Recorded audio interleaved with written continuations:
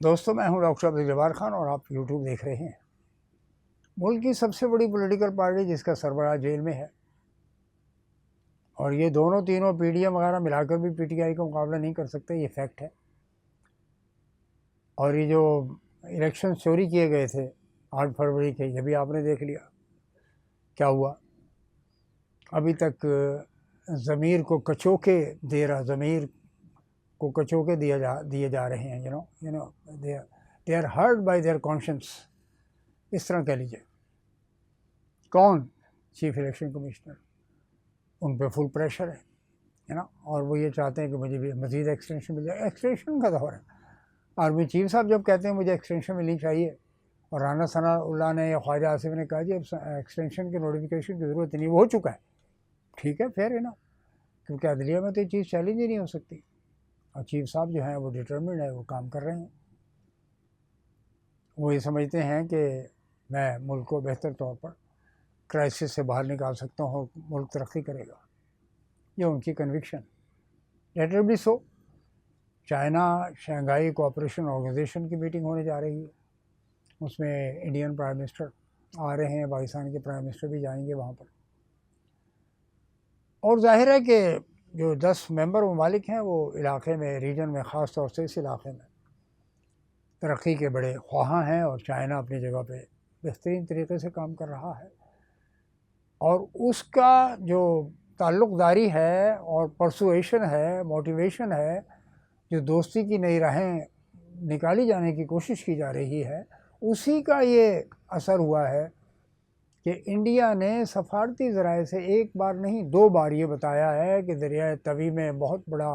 اس علاقے میں بارشیں اور گلیشیئر کی وجہ سے پانی جو ہے بہت طغیانی ہے دریا میں۔ یہ وہی دریا ہے جو سیالکوٹ میں دریائے چناب کے پاس جا کر مل جاتا ہے۔ اس کا امپیکٹ راوی میں بھی اس علاقے سے آئے گا، راوی میں پانی بڑھنا شروع ہو گیا ہے، ستلج میں آلریڈی 2 لاکھ کیوسک۔ سوال یہ پیدا ہوتا ہے کہ اتنا زیادہ پانی سوات، دریائے کابل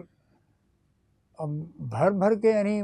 گلیشیئر پھٹے جا رہے ہیں، پانی بہہ رہا ہے، تباہی پھیلی ہوئی ہے، سینکڑوں لوگ مارے جا چکے ہیں، پانی کے ریزروس کہاں ہیں؟ یہ پانی سب کو سب سمندر میں بھیجنا، اور سندھ حکومت جو کہ دریاؤں نہروں کے خلاف ہے، پیپلز پارٹی نے یہی کہا جی، سندھ کے لوگوں نے، نیشنلسٹ لوگوں نے، کہ جی ہم پانی کو ریزرو کر لو یار، کہیں پہ کر لیں آپ، دادو کے آس پاس نہیں کر سکتے، اوپر کر لیں آپ، گڈو کے آس پاس کریں، دیکھیں کس علاقے میں ریزروس بن سکتے ہیں۔ اور قدرت مہربان ہے کہ آپ کے پاس پانی آ رہا ہے، اور کل اگر قدرت مہربان نہ رہی تو پھر آپ پانی کو ترسیں گے، بوند بوند کو ترسیں۔ نیچرل کلیمٹی ہٹ ہو رہا ہے، ساری دنیا ہٹ ہو رہی ہے، کلائمیٹ چینج ہے، بہت بڑی چینج ہے دنیا بھر میں، اور اس کا امپیکٹ ٹرمپ تو اس بات کو مانتے نہیں ہیں، لیکن دنیا تو مانتی ہے نا، تبدیلی ہے دنیا بھر میں۔ پورے یورپ میں اس دفعہ 36 برلن میں ٹیمپریچر تھا، پورچگال میں، اسپین میں، سمندری پٹی میں، یعنی جرمنی تو سمندری پٹی میں نہیں ہے نا، Berlin is the capital of Germany, وہاں پہ 36، اور باقی علاقوں میں 32، 34، 36، ان لوگوں کے لیے ناقابل برداشت، انہوں نے کبھی نہیں دیکھا 36 ٹیمپریچر۔ ہم لوگ تو عادی ہیں، پاکستان ایک گرم ملک ہے، گرم علاقوں کے اندر ہم رہتے ہیں، اور اس کا پانی جو ہے بہہ بہہ کے سمندر میں چلا جائے گا، ویسٹ ہو جائے گا پانی، اور یہی آپ کے ایگریکلچر میں، کھیتوں میں اس کی کاشتکاری کی جا سکتی ہے، بہترین فصلیں لی جا سکتی ہیں۔ اور ویسے بھی یہاں پہ سندھ میں پانی کی ضرورت اس لیے بھی ہے کہ یہاں پہ گنے کی کاشت ہوتی ہے، اور گنا زیادہ پانی لیتا ہے فصلوں میں۔ تو انڈیا کا بہت بہت شکریہ، انہوں نے 2 بار پاکستان کو ڈپلومیٹک ذرائع سے، انڈین ہائی کمیشنر اسلام آباد کے ذریعے پاکستان کو، وزارت خارجہ کو اطلاع دی کہ بھئی دیکھیں آپ، بہت خطرناک قسم کا سیلابی ریلا ہے۔ یعنی میں نے عرض کیا نا کہ 2 لاکھ کیوسک، تقریباً 190 سندھ سے، دریا ستلج سے گزر رہا ہے، اور باقی چناب، راوی، اور یہ الگ ہے، یہ سچویشن الگ ہے، یہ خطرناک ہے۔ اس کے لیے پاکستان کے بڑے سے، ان کو چائنا سے مدد لے لیں یار، دنیا کا سب سے بڑا ڈیم بنا رہے ہیں وہ لوگ براہما پترا پر، مدد لیں نا۔ آپ تو ویسے بھی کہتے ہیں جی پاکستان کے پاس تربیلا ڈیم اور مغلے ڈیم موجود ہے، تو پانی کے ریزروس کے حوالے سے، پانی کے ذخائر کے حوالے سے کیا کچھ کیا جانا چاہیے، کون کون سا علاقہ استعمال کیا جا سکتا ہے پاکستان کے اندر۔ یہ جو ٹیرین ہے پہاڑی، اس کو کیسے؟ بلوچستان کو پانی کی بڑی شدید ضرورت ہے، وہاں پہ بھی مزید ڈیمز اینڈ بیراجز کی اور ذخائر کی ضرورت ہے، اس کے بغیر گزارا نہیں ہے۔ آپ کتنا بھی اپنے آپ کو پولیٹیکل ڈیمز تو بنا دیتے ہیں، سیاسی ڈیم سیاسی بیراج بنانے میں پاکستان کے سیاستدان اور حکمران بہت ہوشیار ہیں، بہت انٹیلیجنٹ ہیں، لیکن جہاں پہ ڈیلیوری کی بات آ جائے، عوام کو کی مشکلات کو حل کرنے اور ان کے لیے مسائل حل کرنے کے لیے، ان کی سہولتیں پیدا کرنے کے لیے، ان کے لیے جابس کریٹ کرنے کے لیے، ان کو انفلیشن ٹھیک ہے جی بہت کم ہو گیا، لیکن لوگوں کے پاس پیسے ہی نہیں ہے، قوت خرید ہی نہیں ہے، تو کیا کرے گا انفلیشن؟ اگر انفلیشن زیرو پہ بھی پہنچ جائے، دیر از نو انفلیشن، تھوڑی دیر کے لیے ہائپوتھیسس ڈرا کرتے ہیں، مفروضہ ہے، فرض کیا، کہتے تھے جب ہم میتھمیٹکس پڑھا کرتے تھے، فرض کیا، ہائپوتھیسس، ٹھیک ہے کہ جی زیرو ہے انفلیشن، پھر کیا ہوگا؟ کیا دودھ سستا ہو گیا ہے، گوشت سستا ہو گیا ہے، دالیں سستی ہو گئی ہیں، چاول کی اتنی بڑی بمپر کراپ پاکستان میں آئی ہے، 300 روپے سے کم کا کوئی چاول ہی نہیں ہے باسمتی،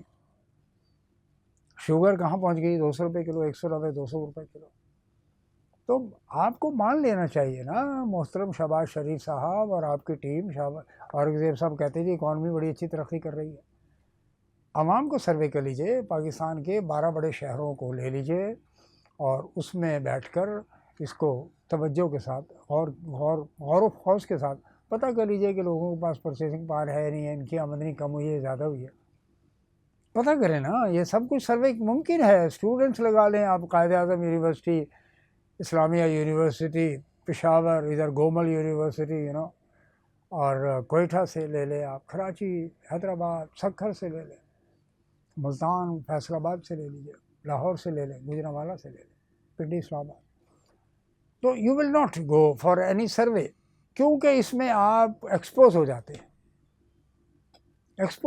ہیں، ان امپلائمنٹ کا ڈیٹا پاکستان میں موجود نہیں ہے، economic affairs division, statistics division بتائے کہ پاکستان میں جاب لیسنس کتنی ہے، ان امپلائمنٹ، غربت کا ڈیٹا بھی ورلڈ بینک سے آیا محترم، جو یہ کہہ رہے ہیں کہ 48%، یہ تو وہ ہے 48%، ہمیشہ سرکاری اداروں کے جو ہوتے ہیں، یہ ورلڈ بینک، IMF، پاکستان، ان کے جو ڈیٹا ہوتا ہے، اعداد و شمار ہوتے ہیں، یہ کنزرویٹو ہوتے ہیں، لوور سائڈ پر ہوتے ہیں۔ میں نے SCCP کی مثال آپ کو دی، ایک مثال دی ہے، کرپشن کی انتہا ہے، کروڑوں روپیہ پاکستان میں chief justice, army chief, chairman joint staff, کسی کی تنخواہ اتنی نہیں ہے جتنی SCCP کے چیئرمین کی ہے۔ یہ SCCP اور مونوپلی کمیشن، کمپیٹیٹو کمیشن، یہ دونوں ادارے جو ہیں، اور اسٹیٹ بینک آف پاکستان بھی اس میں شامل ہے، فائنینشیل سیکٹر کا پورا جو کرپشن ہے وہ وہیں پہ، اس کو کون مینیج کر رہا ہے؟ کنٹرول کرتے ہی نہیں ہیں اسٹیٹ بینک کے گورنر صاحب جو ہیں، جہاں پہ 2 جگہ خالی ہیں،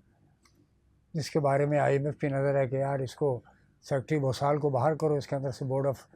گورنرز کے جو ہے اسٹیٹ بینک کے، تو نظر تو ہے انٹرنیشنل اداروں کی آپ پر، اور جب ہیومن رائٹس کے اداروں کی نظر ہوگی تو وہ زیادہ خطرناک ہوگا، that's going to be something very dangerous for Pakistan, اور کسی بھی قسم کی، ابھی تو ہم بلو آئیڈ گائے بنے ہوئے نا ٹرمپ صاحب کے، جیسے ہی یوکرین کی جنگ اوور ہوئی، جیسے ہی مسئلہ حل ہوا، تو یہ انڈیا کے قریب تر ہو سکتا ہے، چائنا قریب تر کر رہا ہے اس کو، انڈیا کو۔ دوسری طرف خبر یہ ہے انکنفرم، غیر مصدقہ ذرائع سے، کہ سیاچن میں کوئی جنگ کسی کیفیت ہے، سیاچن میں انڈیا نے قبضہ کر لیا تھا جنرل ضیاء الحق کے دور میں، mid-80s کی بات ہے، 80 کی دہائی کے درمیان میں۔ خواتین و حضرات، ڈاکٹر عبدالجبار خان کو اجازت دیجیے، بہت بہت شکریہ، یہ جو میں نظریہ، یہ جو